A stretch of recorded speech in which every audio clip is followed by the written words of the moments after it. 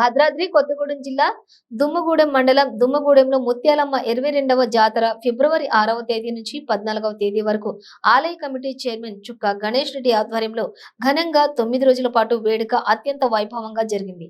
ప్రతి 2 సంవత్సరాలకు ఒకసారి అత్యంత ప్రతిష్టాత్మకంగా జరిగే ఈ జాతర వేడుకలకు తెలుగు రాష్ట్రాల నుంచే కాకుండా ఛత్తీస్గఢ్, ఒడిశా, మధ్యప్రదేశ్ నుంచి కూడా సుమారు 1,00,000 మందికి పైగా అమ్మవారిని దర్శించుకోవడానికి తరలి వస్తుంటారు.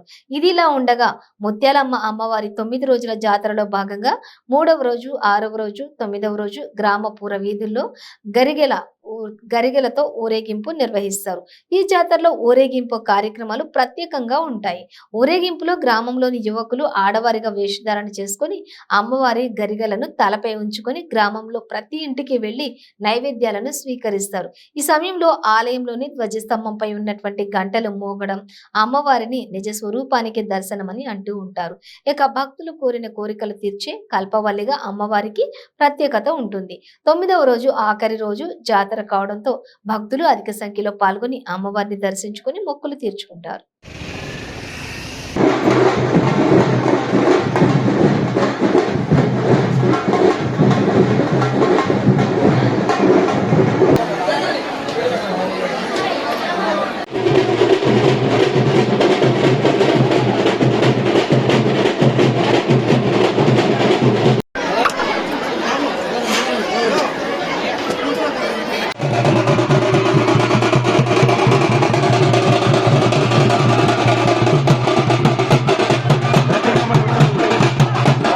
అమ్మవారు ప్రతి 2 సంవత్సరాలకు ఒకసారి అమ్మవారి ఉత్సవాలు అంగరంగ వైభవంగా ప్రారంభం జరుగుతాయి.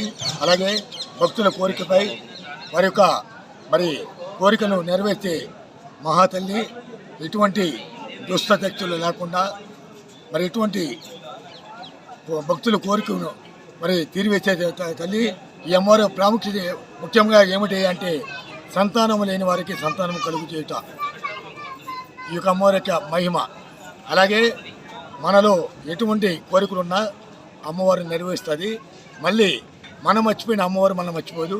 మళ్ళీ ఈ అమ్మవారికి గుడి దగ్గరికి తీసుకొచ్చి ఆవిడ ముక్కుబడులను ఖచ్చితంగా అమ్మవారి పాదాల దగ్గరికి తెప్పిస్తుంది.